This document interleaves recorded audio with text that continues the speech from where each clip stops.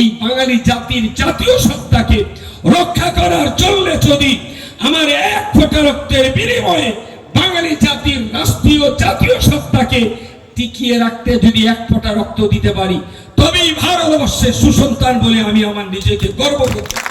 কি ফতোয়া দিয়েছে ওতে আমার কিছু এসে যায় না, আমার কিছু এসে যায় না। যারা বলছে তারা বলুক, আর যদি সুযোগ কখনো পান ওদের ধরে 1 কাপ চা 50 গ্রাম বাটা খাইয়ে দেবেন। বিভাজনের এই রাজনীতি বিজেপি আরএসএস এর এই আগ্রাসী শক্তিকে রুখে দেওয়ার জন্য CPM, Congress, RSP, forward block যত দলের কথা বলেন, কারো হাতে কুঞ্চি, কারো হাতে ঢোলকলমি, কারো হাতে পাকাঠি, একমাত্র মমতা ব্যানার্জির হাতে রাইফেল আর স্টেনগান আছে বলেই আমি আব্দুল মাতুন তাকে সাহায্য করতে। সভাপতি আমাদের ব্লক সভাপতি বাদার ভাই, যুব সভাপতি চন্দন দাস, এসটিওবিসি সভাপতি অসিত দাস, কামরুল সর্দার, আশরাফুল আমিন, জাফর আলী মন্ডল, আসাদুল, অঞ্জনা গন্ডার, কাবিরা বিবি, আজমিরা বিবি, উপপ্রধান বাসিদা বিবি, সেই সাথে আমাদের মেয়ারেজ মন্ডল, সালাম গাজী এবং সর্বস্তরের বুথভিত্তিক কর্মী সহযোগী, মোটামুটি এত সময় ধরে যে যা আপনাদের খাইয়েছেন, আমি লাস্টে এসেছি চিলিপচিতে হাত পা ধুইয়ে বাড়ি পাঠিয়ে দেবো। খাওয়া দাওয়া মোটামুটি হয়ে গেছে, আর শেষে একটু হাত ধুয়ে, তাই না? হাত না ধুলে তো আবার মুশকিল। শেষবারের মতো একটু হাত ধুয়ে আপনাদের বাড়ি পাঠিয়ে দেবো। যে কজন বক্তা বলেছেন পরপর সবারই বক্তব্য খুব ভালো হয়েছে, সবই শুনেছেন। আমি সবকিছুর আগে শ্রদ্ধা নিবেদন করছি মরহুম আলা শেখ নুরুল ইসলাম সাহেবের প্রতি, যিনি আমাদের এই এলাকায় অত্যন্ত প্রিয় একজন সাংসদ ছিলেন, আমাদের এই হাড়োয়ার বিধায়ক ছিলেন। তো তার আত্মার আমি শান্তি কামনা করছি।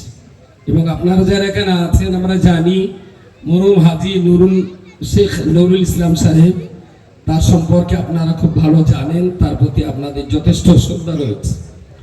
দ্বিতীয় যে কথাটা বলবো, যে আজকের দিনে দাঁড়িয়ে আমার রাজনীতিতে আসার কথা, আগে অনেক কথা বলেছি, শুধু একটাই কথা বলছি, ভালো করে ভেবে বলুন তো, একই পরিবারের ভেতরে 3টে ছেলে 2টো মেয়ে, বাবা বড় ছেলেকে বললো তোর ছোট বোনটার গালে একটা চড় মার।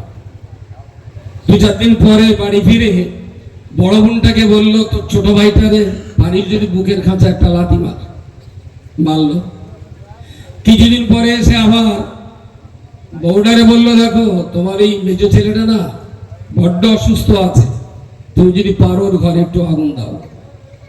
আচ্ছা, কোনো বাবা যদি তার সন্তানদের, একটা সন্তানের বিরুদ্ধে আরেকটা সন্তানকে লড়িয়ে দেয়, একের বিরুদ্ধে যদি আর একজনকে মিলিয়ে দেয়, তাহলে সেই পরিবারে কি শান্তি হতে পারে? কথা বলেন, শান্তি কখনো হতে পারে না। আর এই বাপ কখনো এমনটা হয় না। কোন বাবা তার সন্তানদের ভিতরে একে অপরের ভিতরে লড়িয়ে দিতে পারে না। আজকের দিনে আমি দেখছি ভারতবর্ষের অভিভাবকের জায়গায় যারা রয়েছেন, একই দেশের সহনাগরিক, এই ভারতবর্ষে জন্ম নেওয়া, ধর্মে কেউ হিন্দু, কেউ মুসলিম, কেউ শিখ, কেউ পার্সিয়ান, কেউ ইসাই, কেউ নাসারা, চিরকাল ধরে এই ভারতবর্ষ সমস্ত মানুষদেরকে নিয়ে, এই ভারতবর্ষ বুকে নিয়ে তাদেরকে জায়গা করে দিয়েছে। আজকের দিনে দেখছি একের বিরুদ্ধে আর একজনকে মিলিয়ে দেওয়া, একজনের বিরুদ্ধে আরেকজনকে মারার উৎসাহিত করা, যেটা আমারই দাদা বলছিলেন, ধর্মের নামে রাজনীতিতে এসে যারা ধর্মের নামে রাজনীতি করছে, বিভাজনের রাজনীতি করছে, মানুষের সাথে মানুষের কঠিনভাবে শত্রুতার ভাব তৈরি করছে, ঠিক সেই জায়গায় দাঁড়িয়ে এই যে বিভাজন, আমার এই জায়গার আসার একমাত্র কারণ হলো দেশটা যদি বাঁচাতে হয়, পরিবারটা যদি বাঁচাতে হয়, ভাই ভাইয়ের দাঙ্গা, ওদিকে পাকিস্তান যদি দেখে এরা ভাই ভাই দাঙ্গা করছে, বাংলাদেশ যদি দেখে এরা ভাই বোনে দাঙ্গা করছে, ওদিকে রাশিয়া চীন যদি দেখে ভারতবর্ষে প্রতিদিন জাতি দাঙ্গা চলছে, তাই ভারতের বাইরের এই শত্রুগুলো ভারতবর্ষ কি আর কোনোদিন ভয় পাবে? তারা ভারতবর্ষ তো বিশ্বের কাছে দেশ ইসরো হারিয়ে ফেলবে, বিশ্বের কাছে ভারতবর্ষ গুরুত্বহীন হয়ে পড়বে। আমাদের প্রতিবেশী রাষ্ট্রগুলো দেশের উপরে আক্রমণ করবার সুযোগ খুঁজবে, কারণ ওরা ভাই ভাই যখন দাঙ্গা করছে, তাইলে আমরা দাঙ্গা করে ওই দেশ কেড়ে নিতে আমাদের খুব বেশি কষ্ট হবে না। তাই যারা অরিজিনালি প্রকৃতপক্ষে দেশকে ভালোবাসেন, ভারতকে ভালোবাসেন, তারা ভারতের সহযোগী নাগরিকের মাঝখানে বিভাজন কখনো ভালোবাসে না। আর যারা বিভাজনের রাজনীতি করছেন, আসলে তারা ভারতের সুসন্তান নয়, তারা আমেরিকার ব্রিটিশদের দালাল। এই ব্রিটিশ আমেরিকার দালাল থেকে যদি দেশকে বাঁচাতে হয়, তাহলে সবচেয়ে বেশি প্রয়োজন যারা বিভাজন করেছে তাদের মুখে থুথু দিয়ে আমাদের ঐক্যের মেলবন্ধন তৈরি করতে হবে।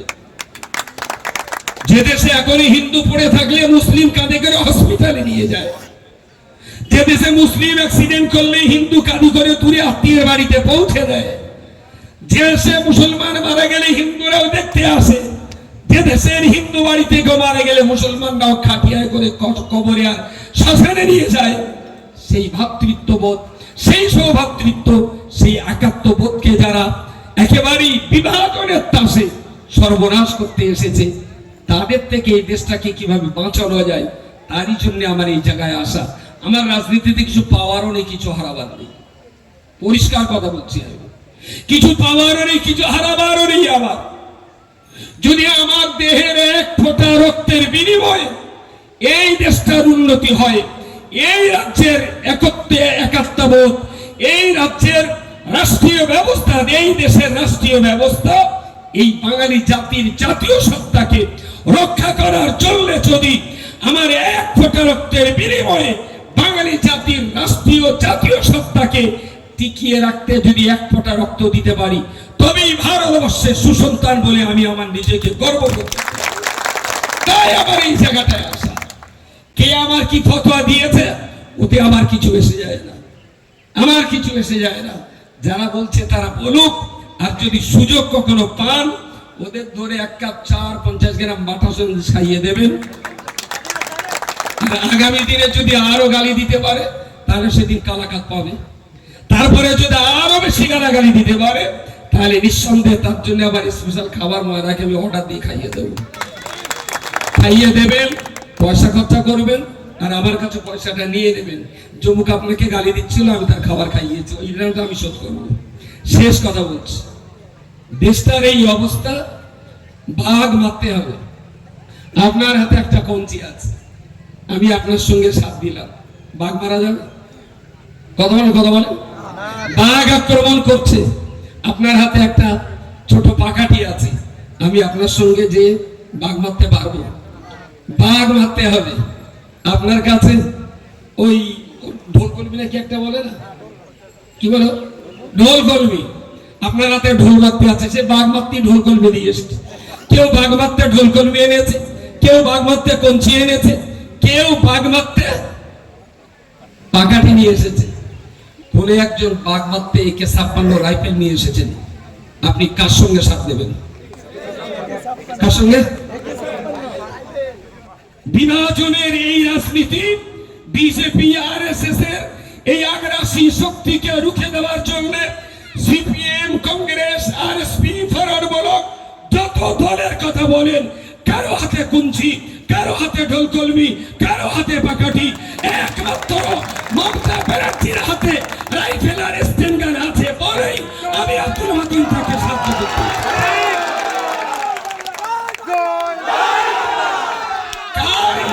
এই বাংলায় দাঁড়িয়ে তাদের মোকাবেলা করবে।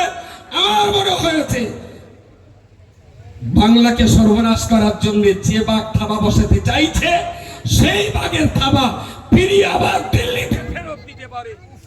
সেই বাঘের থাবা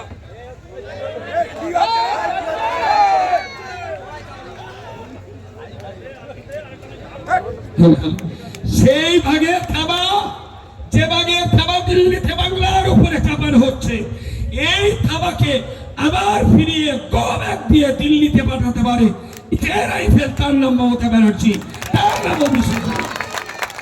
তাই আমি সেই জায়গায় এসেছি। সুতরাং সর্বশেষ আমাদের মাদার ভাই কই? ও সভাপতি সাহেব অনেক নামি দামি কথা বলছিলেন, উন্নয়নের কথা বলছিলেন, আমি আর সে কথা বলবো না। ওই আমদার পুবির পাড়ায় একজনের ছেলে হয়েছে, রশিদি বললো ভাই শুনেছ আমদার পুবির পাড়ায় একটা ছেলে হয়েছে, তা হচ্ছে সে ছেলেটার ঘাত পানা বিরাট কালো ভালো। ওই খালের ওপারে ঝুরুলি একজনের একটা মেয়ে হয়েছে, রশিদ ভাই শুনেছ একটা মেয়ে হয়েছে, তা হচ্ছে অন্য নাকটা টেরা পেদা। খাটরায় রশিদ ভাই শুনেছ অন্য একটা তার একটা ছেলে হয়েছে, তার না হাতে ভাই 22টা আগুন। ও রশিদ ভাই শুনেছ আমাদের ওই পাশের গ্রামে একটা দারুণ সুন্দর মেয়ে হয়েছে, তাতে দেখ ওর চোখ দুটো টেরা পেলা। বলছি রশিদ ভাই এর চোখ টেরা পেলা, ওর তো হাতে পায়ে 22টা আঙুল, এর তো গায়ের রং কালো, ওর মেয়েটা হয়েছে হনুমান বানা দেখতে। রশিদ ভাই তোমার বাচ্চাটা কেরকম? তা বলছে আমি না হিজড়ে। যারা মমতা ব্যানার্জির উন্নয়নের যারা ভুল করছেন, আমি বলছি উন্নয়নের ঘাটতি থাকতে পারে, কিন্তু আসলে তুমি হিজড়ে হয়ে পরের উন্নয়নের ভুল ধরতে যেও না। যারা কাজ করেছে তাদেরই কাজের ভুল হয়, তোমার কোনো ভুল হয়নি, মানে আসলে তুমি সন্তান জন্ম দিতে পারো। বাকি কথা ময়দানে দেখা যাবে। সবাইকে ধন্যবাদ জানিয়ে আমার বক্তব্য এখানে শেষ করছি। কেন করেছেন কি বৃত্তান্ত তিনি জানেন, সেটা অভিষেকজি তারা বলতে পারবেন। তবে আমার সঙ্গে দীর্ঘ সময় আলোচনার পর যেটা আমার মনে হয়েছে, আমি সেটা বলেছি, সবচেয়ে আমার বড় লড়াই হলো একাত্মবোধ, ভারতবর্ষকে একত্রীকরণ রাখা, পশ্চিমবঙ্গ থেকে ভারতবর্ষ থেকে উৎখাত করে দেওয়ার একটা ষড়যন্ত্র, বাংলা ভাষাভাষী মানুষের প্রতি একটা স্টিম রুলার চালানো। তার স্পষ্ট দিব্য প্রমাণ দেখছেন, বাংলা ভাষাভাষী মানুষদেরকে আমাদের ভোটার লিস্ট থেকে বাদ দেওয়া এবং উল্লেখযোগ্যভাবে মুসলিমদেরকে বাদ দেওয়া। কারণ তার হলো একটাই, যে মুসলিমদের বিরাট একটা অংশ টিএমসিকে ভোট দেয়, সুতরাং মুসলিমদেরকে হারাতে পারলেই, মুসলিমদেরকে বাদ দিতে পারলে টিএমসিকে হারানো সহজ হবে। সেই জন্যই তারা এই সর্বনাশগুলো করছে। আমার যে উদ্দেশ্যে রাজনীতিতে আসা, বাংলার অস্তিত্ব টিকিয়ে রাখা, বাঙালি জাতির জাতীয় সত্তাকে টিকিয়ে রাখা, দেশের একাত্মবোধটাকে বাঁচিয়ে রাখা। মমতা ব্যানার্জি কী উদ্দেশ্যে এনেছেন তিনি জানেন। তবে আমার মনে হয়েছে আমার কর্মকাণ্ড, এবং আজকে থেকে নয়, মমতা ব্যানার্জি অভিষেকজি হয়তো আমাকে ডাকতেন না, আমাকে ডেকেছেন হয়তো এই কারণেই আমি আয়রা লিড করতাম। আমি লকডাউনের সময় বহুদিন ধরে লঙ্গরখানা চালাতাম, আমি যশ আর বিভিন্ন ক্ষেত্রে মানুষের রিলিফের কাজ করেছি, শিক্ষা নিয়ে দীর্ঘদিন ধরে কাজ করেছি। হয়তো তাদের মনে হয়েছে যে এই মানুষটা টুকটাক অল্প হলেও কিছু কাজ করেন, মানুষটাকে এইরকম একটা জায়গায় আনতে পারলে হয়তো কাজটা আরও বেশি করে করতে পারবেন, তাই হয়তো তারা আমাকে এই জায়গায় এনেছে। বার্তা নিয়ে সাধারণ মানুষের কাছে আছেন, কেমন সাড়া পাচ্ছেন? আমার বার্তা যেটা আজকে বললাম ভালোই বুঝলেন, শুনেছেন সবাই। মানুষের কাছে যে অসম্ভব রকমের সাড়া পেয়েছি, তার জন্য আমি তাদের কাছে কৃতজ্ঞ। এদেশের হিন্দু, মুসলমান, শিখ, ইসাই তারা আমাকে ঠিক মুসলমানের চোখে দেখে না, তারা আমাকে একটা ভালো মানুষের চোখে দেখেছে, তার জন্য আমি তাদের কাছে কৃতজ্ঞ। কারণ যেমন মুসলমানরা আমার কাছে আসে, হিন্দু সম্প্রদায়ের মানুষ তারাও আমার কাছে আসছে, তাতে আমি খুব সন্তুষ্ট। বুঝি চা খাওয়ার দাওয়াই দিলেন দেখলাম, জি বলছি চা খাওয়ার দাওয়াই দিলেন, হ্যাঁ, কি বলবেন এই বিষয়ে? ওর তো বলা বলির কি আছে, আপনি দায়িত্ব পালন করলে আমি খুব খুশি হব। কোনোদিন যদি আপনি বলেন অমুক অমুক কাল দিচ্ছিল, তাদের চা খাইয়েছি, আপনি নাম ঠিকানার নাম্বারটা দিলে আপনার ফোন পেতে পয়সাটা ভরে দেবো। নতুন কিছু তো বলার নেই। ওকে।